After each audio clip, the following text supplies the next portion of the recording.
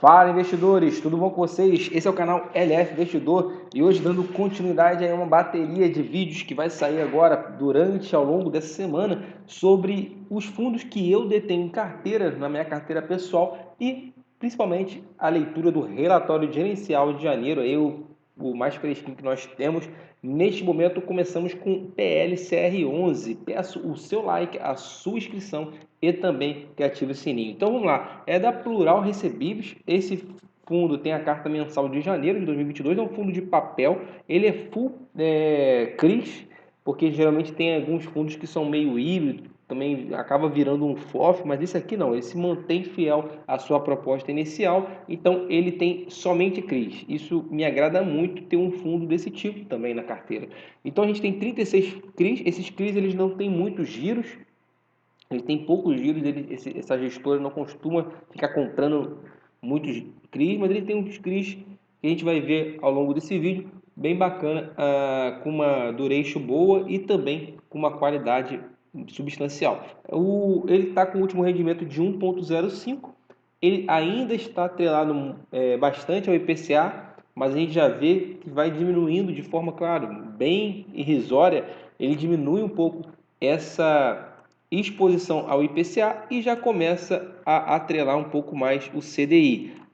No meu ver, deveria já fazer esse rotate um pouco mais rápido, mas ele tem essa estratégia. A duration dele é 3,88 anos, já está diminuindo um pouco. Eu vi, como ele não compra muito CRIs, ele começou com 4 anos, aí já começa a descer aí ao longo, quando os meses vão se passando. 100% com garantia os CRIs, e aqui o spread médio de IPCA mais 6 e CDI mais 4. Não é aquele spread muito grande, ou seja, como um high yield. Eu creio que esse fundo está mais para high grade e mid risk, em torno disso, né?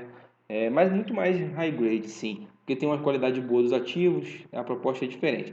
Eu não vou ler cada detalhe desse relatório gerencial para ser mais sucinto, mas o que eu queria deixar destacado aqui é que ele fala, né, que teve o pipeline de novas alocações esperadas para os próximos meses são financiamento de terrenos e projetos residenciais em São Paulo, DI mais 4,25%, e financiamento de terreno em Brasília, já com IPCA bem maior, mais 9%. Então, o percentual alocado no fechamento de janeiro é 86%.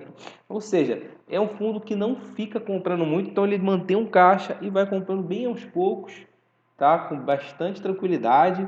Isso eu gosto bastante, justamente porque ele não quer ficar fazendo movimento de curto prazo, ele quer mais alongar essa proposta, e você vê que ele não fica atrás de um yield muito grande, de 1,2, 1,3, ele fica tranquilo, um pouco mais de 1%, isso para mim já está de bom tamanho. Então a gente vê que o volume ele deu uma descida um pouco, depois no último mês cresceu um pouco, mas ele não tem variações muito bruscas. Aqui é o rendimento por cota nos últimos 12 meses, talvez um dos mais importantes, umas partes mais importantes do relatório, porque a gente vê como é que está, se ele está ganhando por ganho de capital ou renda recorrente. Nesse sentido, a gente vê que o azul mais claro é receita de CRI e caixa líquido, que ele está de 1,31, nunca foi tão grande. Então, sim, ele está com uma saúde financeira muito boa. Ainda fez uma reserva de 17 centavos, ou seja, com as despesas alinhadas, você vê aqui, ó, aqui as despesas e aqui essa reserva aqui, ó, de 17 centavos. Então, ele teve um lucro muito grande e nada de ganho de capital. O que eu acho muito bacana quer dizer o seguinte, ele consegue fazer esse rendimento sem a reserva ir para 1,31, entendeu? Então, assim, na verdade, sem a reserva, menos 10 centavos, né? Então seria 1,21. Então, você vê que o default dele, claro que aqui ele foi aquecido com o IPCA, porque tem uns 2 meses de defasagem do IPCA, né? Mas ele tem aí sim uma subida constante na receita líquida de CRIs. Então isso é muito bacana. Então você vê que o lucro distribuído foi 2 milhões e 214, sendo que o lucro líquido dele foi 2 milhões e 527. Excelente. Então o fundo vai entregar desse dividendo para cima pelo menos no primeiro semestre, é essa expectativa lendo aqui o relatório. A gente vê que, como eu falei, nessa divisão aqui do IPCA, já está aqui, ó, IPCA mais 6 e CDI mais 4, 82% de IPCA, 14% de Selic e já tem 4% de CDI. Então está um pouquinho defasado no começo, a gente viu aqui, mas ele já tem um pouquinho até mais de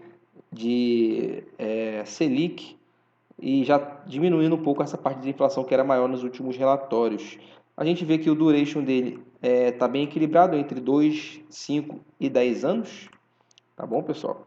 E a gente vê que ele é bem pulverizado, setor de atuação pulverizado, shopping, build suites, residencial e corporativo, tem um LTV bacana, muito diversificado a sua carteira, tanto com a parte de setores e securitizadora, e aqui você vê o portfólio do fundo, vai parando, você pode analisar um por um, não é objetivo ficar passando pormenorizado, mas de forma geral, ver que o fundo está com a saúde bem bacana, bem tranquilo, consegue pagar esse dividendo de maneira recorrente, pelo menos ao longo de 2022, é o que me interessa. Aqui olhando um pouco somente para a parte aqui de números, ele está beirando esse R$ 85, está com dividend yield acima de 1,17, a gente já viu que esse R$ 1 ele consegue pagar tranquilamente até mais, um PVP bem bacana, de 0,94, um dos poucos fundos que tem perspectiva de pagar 1,2, 1,1 de dividend yield recorrente e com ainda um desconto, né? A gente não vê muito isso.